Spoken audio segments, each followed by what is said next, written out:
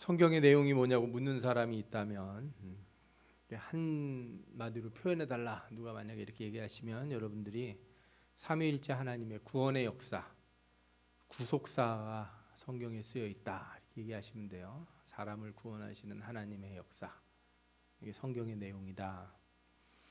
그러면 삼위일체 하나님의 구속사를 좀 길게 좀 더 설명해 주면 안 되겠냐. 그러면 여러분들이 오늘 방금 읽었던 에베소서 1장 3절에서 14절을 읽어주시면 돼요.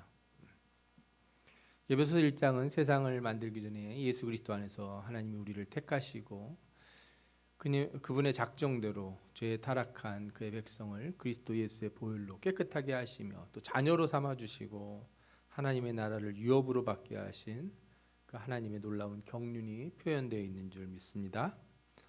또한 하나님 아버지의 계획에 순종하사 자기를 십자가에 드려 그의 피로 우리의 죄를 사하시고 우리로 하여금 하나님의 은혜의 풍성함을 깨닫게 해주신 예수 그리스도의 놀라운 죄사함의 역사가 에베소서 1장에 우리에게 잘 전해지고 있습니다.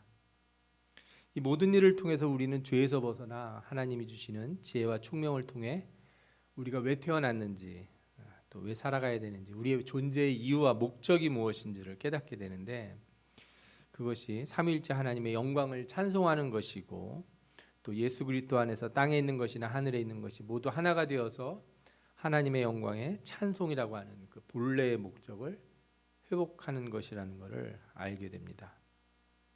이런 하나님의 구원의 역사를 들으면 이제 마음이 우리가 뜨거워지고 그 무한한 은혜를 생각할 때 감사와 찬송과 영광을 돌리지 않을 수가 없습니다. 그러면서 한편으로는 하나님이 만세전에 예정하셔서 우리를 구원해 주셨는데 우리의 모습이 영 연약하고 여전히 흔들리고 때로는 두려움이 생기기도 하고 염려가 생기기도 한다는 걸 보게 돼요. 그리고 과연 우리는 이 은혜 받을 만한 사람인가, 하나님의 나라를 유업으로 받을 만한 사람인가, 또 그런 사람으로 살고 있는지 스스로를 다시 보게 됩니다. 먼저 우리는 구원의 놀라운 은혜가 우리가 노력해서 얻은 것이 아니라 하나님이 분명히 거저 주시는 은혜임을 알고 있습니다. 1장 6절을 같이 보면 이렇게 나옵니다. 이는 그가 사랑하시는 자 안에서 우리에게 거저 주시는 바 그의 은혜의 영광을 찬송하게 하려는 것이라. 거저 주시는 것이라 분명히 얘기했죠. 에베소서 2장 8절과 9절에도 똑같은 말씀이 나옵니다. 너희는 그 은혜에 의하여 믿음으로 말미암아 구원을 받았으니 이것은 너희에게서 난 것이 아니요 하나님의 선물이라. 행위에서 난 것이 아니니 이는 누구든지 자랑하지 못하게 하려 함이라 그랬어요. 그런데 은혜라고 하는 것이요 거저 우리에게 주신 것이지만 거기서 끝나지 않습니다. 은혜가 그냥 공짜로 주셨으니까 오셔서 아무것도 안 하시는 게 아니라 하나님의 은혜를 우리에게 거저 주시는데 은혜를 받는 순간 우리가 은혜에 합당한 삶을 살기로 요구를 하신다는 거예요. 은혜는 자격이 있어서 받는 건 아닌데 받으면 의무가 생겨요. 그리고 그 은혜가 그 의무를 우리가 실행할 때까지 다시 되돌아가지 않는다는 거예요. 절대로 은혜는 뒤로 돌아가지 않습니다. 이런 거를 뭐라고 그럴까요? 은혜의 불가역성이라고 그럴까요? 한번 줬다가 다시 회수하지 아니하신다는 거예요. 하나님이 줬다가 안 뺏어요. 그 이유가 무엇인가? 하나님이 은혜 주실 자를 택하실 때 이미 창세전에 하나님의 기쁘신 뜻대로 정하신 것이라서 그래요. 우리가 읽은 본문에도 나오듯이 창세전에 그리스도 안에서 우리를 택하사 이렇게 말씀하셨어요. 또 다음 절에 보면 그 기쁘신 뜻대로 우리를 예정하사 이렇게 말씀하신 거예요. 그러니까 하나님이 우리를 택하시고 우리를 정하신 거는 하나님이 기뻐하신 대로 하신 거예요. 하나님이 기쁘신 대로 하신 거는 후회하심이 절대 없죠. 로마서 11장 29절에 하나님의 은사와 부르심에는 후회하심이 없느니라. 아멘. 하나님이 작정하셔서 여러분들을 부르신 것에 하나님이 후회가 없으시다 이거예요. 가끔 그런 기도는 하거든요. 하나님 혹시 후회하시는 거 아닙니까? 잘못 고르신 것 같은데요. 저희는 좀 대상자가 아닌 것 같은데 그런데 하나님이 후회하심이 없다는 거야. 아니다. 나는 너를 부른 거에 후회가 없다. 네가 인생을 그렇게 살았어도 나는 너를 부른 것에 후회가 없다. 민수기 23장 19절에도 같은 말씀을 하십니다. 하나님은 인생이 아니시니 시건치 않으시고 인자가 아니시니 후회가 없으시도다. 어찌 그 말씀하신 바를 행하지 않으시며 하신 말씀을 실행치 않으시랴. 우리에게 주신 구원의 은혜가 예수 그리스도 안에서 온전히 이루어지고, 이렇게 온전히 이루어진 은혜는 절대 헛되이 돌아가는 법이 없다는 거죠. 하나님은 작정하신 바를 이루시고 결코 그것을 변개치 아니하시는 분인 줄을 우리가 믿어야 할 줄 믿습니다. 아멘. 두 번째로 이 은혜가 되돌아가지 않는 이유는 흠없고 죄 없는 예수 그리스도의 보혈의 피로 말미암은 것이기 때문에 그래요. 하나님은 우리를 택하신 후에 죄를 씻어 하나님 앞에서 거룩하고 흠이 없게 하시려고 이런 말씀하셨어요. 하나님이 택하고 났는데 멀쩡한 애들이 하나도 없는 거예요.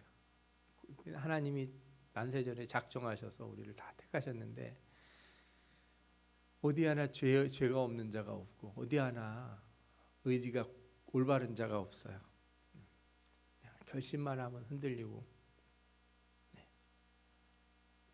그런 우리를 보시고 어떻게 하셨냐? 하나님 앞에서 거룩하고 흠이 없게 하시려고.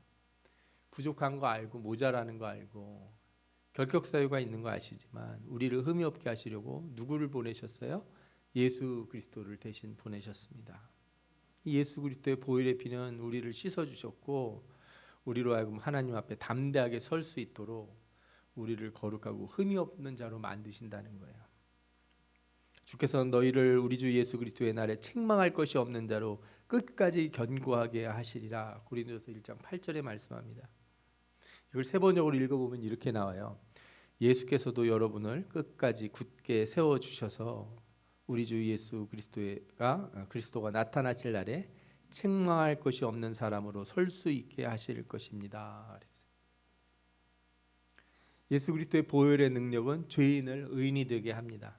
죄로 인해 절대로 하나님 앞에 설 수 없는 자를 하나님 앞에 담대히 설 수 있게 하실 뿐 아니라 책망할 것이 없는 사람으로 서게 하신다는 거예요. 만약에 그런 능력이 없다면 우리가 예수 그리스도의 보혈을 하나님의 은혜, 예수 그리스도를 하나님이라고 부르지 않을 거예요. 예수 그리스도의 보혈에는 능력이 있습니다. 그래서 그 보혈은 결코 헛되이 뿌려지는 법이 없어요. 만약에 은혜가 거두어져서 구원을 받았다가도 다시 하나님 앞에 설 수 없는 자가 된다면, 우리가 구원의 은혜를 받았는데 주님 오시는 날에 하나님 앞에 서려고 그랬더니 좀 모자란다, 예수 그리스도의 피로는 부족하다, 이런 얘기가 나온다면은 그의 보혈은 완전하지도 온전하지도 못하고 삼위일체 하나님도 되실 수 없고 성부 하나님의 아들이신 예수 그리스도의 피도 해결하지 못하는 그런 이상한 피조물이 있다는 결론에 도달하게 돼요. 그래서 우리는 여기서 부정할 수 없어요. 예수 그리스도가 우리를 위해 죽어주신 이상 절대로 이 구원은 되돌릴 수가 없다. 하나님이 정하신, 우리에게 정하신 뜻은 바뀔 수가 없다. 그러니까 기도하실 때 쓸데없는 기도예요. 하나님 왜 나를 부르셔서, 깜도 안 되는 사람을 부르셔서 왜 일을 맡기십니까? 이렇게 기도하실 필요가 없어요. 그렇죠? 왜? 하나님의 보혈은, 주의 보혈은 우리를 변화시키고 온전하게 하실 줄 믿습니다. 아멘. 그래서 하나님 실수하셨어요 이렇게 하시기보다는 하나님이 나를 바꾸실 줄 믿습니다. 저는 그리스도의 보혈을 이길 수가 없습니다. 하나님, 나는 내 욕심이 아무리 세도, 내 욕망이 아무리 세도, 내 인생의 생각들, 인간의 생각과 감정과 나의 삶의 원망과 분노가 아무리 커도 나는 예수 그리스도의 보혈을 이길 수가 없습니다. 이렇게 기도하셔야 돼요. 나는 주님을 이길 수 없습니다. 나를 택하신 주님을 거스를 수가 없습니다. 그래서 나도 주의 보혈을 힘입어 주님 앞에 온전히 서는 자가 되게 하여 주옵소서. 예수 그리스도의 피로 우리가 구원받고 그 구원이 변하지 않으면 그 죽으신 분이 하나님이시기 때문입니다. 이 뜻을 따라 예수 그리스도의 몸을 단번에 들이심으로 말미암아 우리가 거룩함을 얻었노라. 히브리서 10장 10절에 말씀했습니다. 또 14절에 그가 거룩하게 된 자들을 한 번의 제사로 영원히 온전하게 하셨느니라 이렇게 말씀해 주셨어요. 여러분들은 거룩하고 온전해지는 사람인 줄 믿습니다. 아닙니다, 목사님. 제가 요즘 사는 꼬라지를 보니까 영 온전함과 거룩함으로는 전혀 다른 방향으로 가는 것 같습니다. 저는 아닌 것 같습니다. 못 이긴다니까요. 여러분들은 예수 그리스도의 보혈을 이길 수 있는 방법이 없습니다. 보혈을 믿으시고 주님 앞에 나오시기를 축원합니다. 그의 피는 완전합니다. 그의 죽으심은 우리를 죄에서 건져주시고 온전케 해주시는 분인 줄 믿습니다. 이 보혈의 은혜를 분명히 붙드는 성도들 다스리시기를 축원합니다. 아멘. 마지막으로 은혜가 되돌려 줄 수 없는 것은 성령 하나님의 보증을 서시기 때문이에요. 성경은 이 성령의 보증에 대해 인치심이라고 하는 표현을 씁니다. 그 안에서 너희도 진리의 말씀 곧 너희의 구원의 복음을 듣고 그 안에서 또한 믿어 약속의 성령으로 인치심을 받았으니 1장 13절에 나오는 말씀이죠. 여기 인치심이라고 하는 단어는 헬라어로 스프라기스라고 하는데 영어 성경에는 주로 seal이라는 단어를 써요. seal. 이게 뭐냐? 이렇게 예전에는요, 로마 시대 때, 고대 시대에는 반지를 끼고 다니는데 반지에 이렇게 자기 집안의 휘장 무늬 같은 게 새겨져 있습니다. 소위 말하면 인감 도장을 이렇게 반지로 만들어서 끼고 다니는 거예요. 그래서 이렇게 계약을 할 때 예전에는 이제 진흙판 같은 거 있죠, 석고로 된 거, 거기다가 이렇게 콕 눌러가지고 도장을 찍어줘요. 나중에 중세 오면 초가 이제 만들어지잖아요. 그럼 촛농을 이렇게 빨간색 촛농을 이렇게 계약서나 편지 같은 걸 딱 덮은 다음에 여기에 딱 접합점에다가 이렇게 촛농을 부어요. 그리고 도장을 꾹 찍습니다. 이 반지를. 그러면 촛농이 굳으면서 반지 자국이 남잖아요. 그럼 편지를 읽으려면은 요거를 똑 부러뜨려야 돼요. 까딱하게 굳은 이 왁스를 딱 부러뜨려야 되죠. 이런 거예요. 도장을 찍는 거, 인친다 이렇게 얘기할 수 있어요. 좀 더 좀 심하게 얘기를 하면은 그 미국 농장에서 보면 소나 양 이런 거에 이렇게 불로 지지잖아요. 뭐 그런 거라고 생각하셔도 돼요. 그러니까 성령의 인치심이라는 건요, 삼위 하나님이 인감 도장을 우리에게 찍어주신 거예요. 저희 이마에다가 우리 오른손에 도장이 이렇게 찍혀 있는 거죠. 뭐라고요? 하나님 거 이렇게 써 있다는 거예요. 탁 찍어 놓으셨어요. 그래서 마귀가 딱 보면은 우리를 알아요. 하나님 거구나. 딱 안단 말이에요. 이거를 되돌리려면 어떤 법정에 가가지고 이거 무효입니다 하고서 재판을 해야 되는데 하나님보다 더 높으신 분이 없어요. 그리고 그 높으신 분이 도장을 찍어놨기 때문에 무엇으로도 이걸 되돌릴 방법이 없습니다. 하나님 자신도 맹세를 하실 때 하나님보다 더 높으신 분이 없기 때문에 자신의 이름으로 맹세를 하잖아요. 그 자신의 이름으로 도장을 찍었는데 그러면 하나님이 이걸 되돌리신다면 자신을 부정하는 일이 돼요. 근데 하나님이 하실 수 없는 일이 뭐냐? 하나님이 다른 건 다 하시는데 못 하시는 일이 하나 있는데 그게 하나님이심을 부정하는 거. 하나님의 자리를 버리시는 거, 이런 건 할 수 없어요. 하나님의 권세나 능력이나 이런 거를 부정하실 수 없는 거예요. 그 외의 증거가 바로 성령으로 우리를 도장 찍어주셨다, 인치셨다 하는 거죠.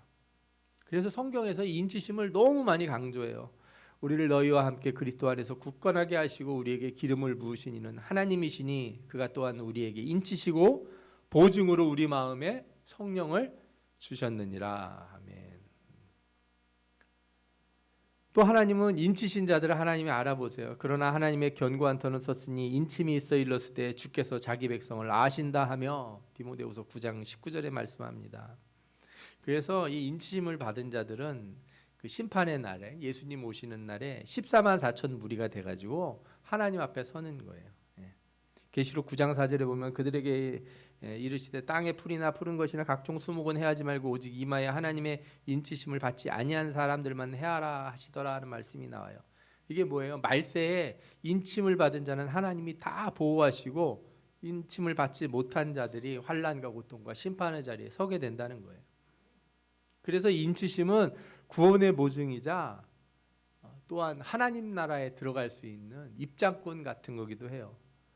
그리고 입장만 하면 뭐 가서 쭈뼛쭈뼛 서 있냐? 아닙니다. 이 인치심을 받은 자들에게는 하나님의 나라를 유업으로 받는 그 보증이 돼요. 일종의 하나님의 유산이 우리에게 주어졌다는 증거가 바로 이 인치심이라는 거죠. 그래서 우리가 성경에서 오늘도 읽었는데 우리 기업의 보증이 되사 그 얻으신 것을 속량하시고 그의 영광을 찬송하게 하려 하심이라 이렇게 말씀하셨어요. 우리 기업의 보증이 된다는 게 뭐예요? 성령이 인치시고 함께 하심으로써 보증을 서주시는 거예요. 제가 예전에 한번 그 돈을 빌리러 은행에 가본 적이 있어요. 우리 그때가 교회 건축할 때였는데 급하게 전화가 목사님한테 와서 뭐 통장에는 돈이 하나도 없고 그래서 은행에 막 급하게 달려가 봤어요. 돈을 좀 빌릴 수 있냐. 근데 그때 제가 이제 대기업에 있었으면 아마 많이 빌려줬을 거예요. 연봉이 있고 신원이 보장되니까. 근데 이제 나와가지고 사업한다고 벤처 한다고 이렇게 있었더니 너무 조금 빌려주는 거예요. 500만 원 빌려주면서 은행에서 그렇게 달달달달 떨더라고요. 그래서 아니 내가 누군지 아냐고. 나 꽤 대단한 사람인데 내가 지금 벤처를 하느라고 지금 이런 거지. 참 그때 속상하더라고요. 야 이거 이렇게 사람 돈 한 500만 원 빌려주는 것도 이렇게 보증서 주는 사람 하나 없고 은행도 그렇게 주냐 마냐 하면서 한참 걸린다고 막 이런 소리나 하고 그러나 싶은 생각이 확 들어오는 거예요. 기분이 확 상하더라고요. 사실 근데 지금은 더 심해요. 제가 이제 목사가 되고 났더니 카드를 잘 발급을 안 해주려고 그래요. 신용카드는 목사가 그렇게 뭐라 그럴까요? 특히 이렇게 작은 교회 목사는 보증이 안 되나 봐요. 그래서 체크카드는 만들어줘도 신용카드는 잘 안 해주는 것 같아요. 보증을 서야 되니까. 참 세상에서 보기에 보증서 주기 어려운 사람들이 우리인데 그 우리를 보증서 주시는 분이 누구예요? 성령님이세요. 참 그 성령님의 은혜가 너무 감사한 게 하나님의 은혜로 우리 가운데 오셔서 우리를 보증서 주시는데 부도수표 같을 때가 너무 많잖아요. 우리가 얼마 전에는 기도하고 그렇게 울고 하나님 앞에 찬양하고 하나님 뜻대로 산다고 하다가 또 며칠 지나서 보면은 헬렐레 해가지고 세상에 기웃거리고 믿음은 어디다 팔아먹고 그런 우리를 성령님이 보증을 서주시는 거예요. 주님 앞에 설 때 얘 괜찮은 애입니다. 얘 하나님이 택하신 사람입니다. 창세전에 정하셔서 예수 그리스도의 보혈로 깨끗하게 하고 거룩하게 하고 온전하게 하는 사람입니다. 지금은 좀 이렇지만 지금은 부도수표 같고 지금은 좀 빵꾸난 사람 같지만 아닙니다. 얘 반드시 제대로 할 겁니다. 하나님 앞에서 성령 하나님께서 보증을 서주신다는 거예요.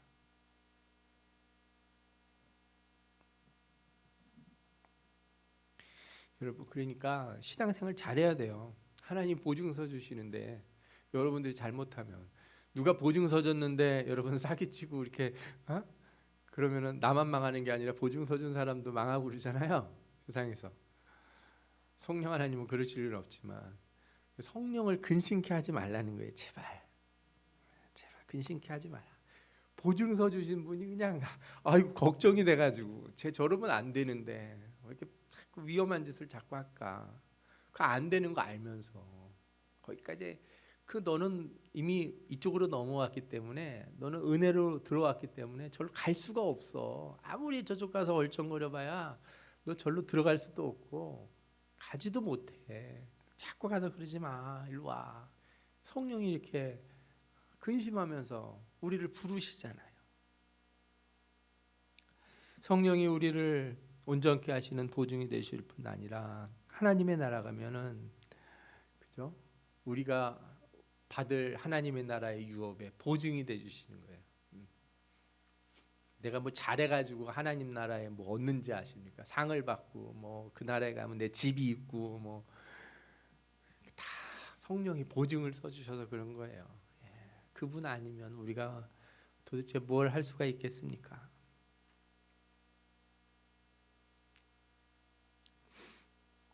히브리서에 이런 말씀이 있어요. 하나님은 약속을 기업으로 받는 자들에게 그 뜻이 변하지 아니함을 충분히 나타내시려고 그 일을 맹세로 보증하였나니, 이는 하나님이 거짓말 하실 수 없는 이 두 가지 변하지 못할 사실로 말미암아 앞에 있는 소망을 얻으려고 피난처를 찾은 우리에게 큰 안위를 받게 하려 하심이라. 하나님의 약속의 보증을 하나님이 다 써주셨어요.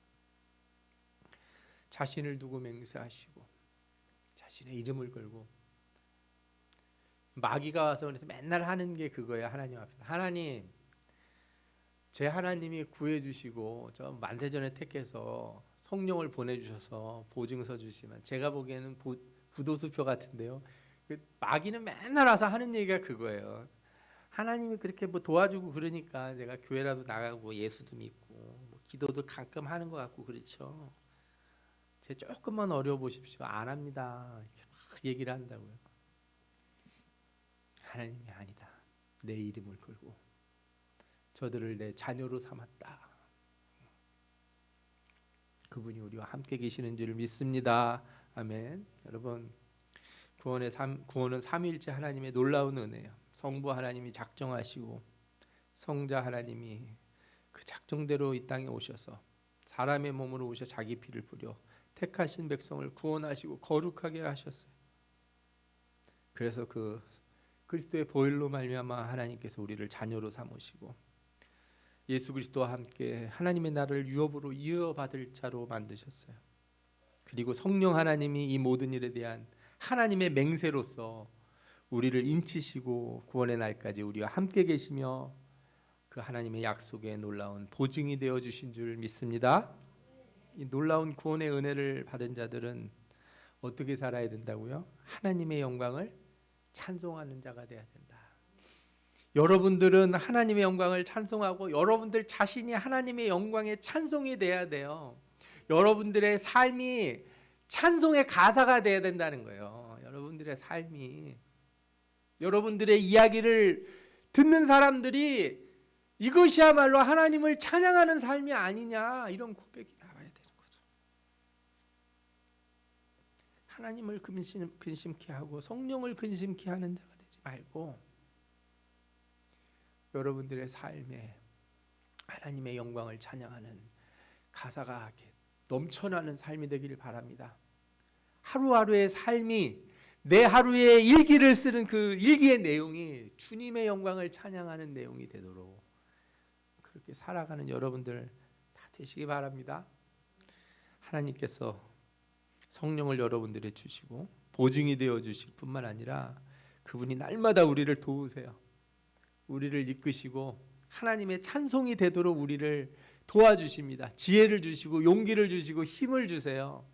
안 된다고 생각하지 말고, 어렵다고 생각하지 말고, 나는 반드시 내 삶을 통해서 하나님의 영광을 찬양하는 찬송을 써내려가리라, 이렇게 결단하는 여러분들이 되시기를 바라고, 이 삼위일체 하나님의 놀라운 구원의 은혜가 여러분들의 삶에 풍성하게 넘칠 줄 믿습니다. 아멘. 기도하겠습니다.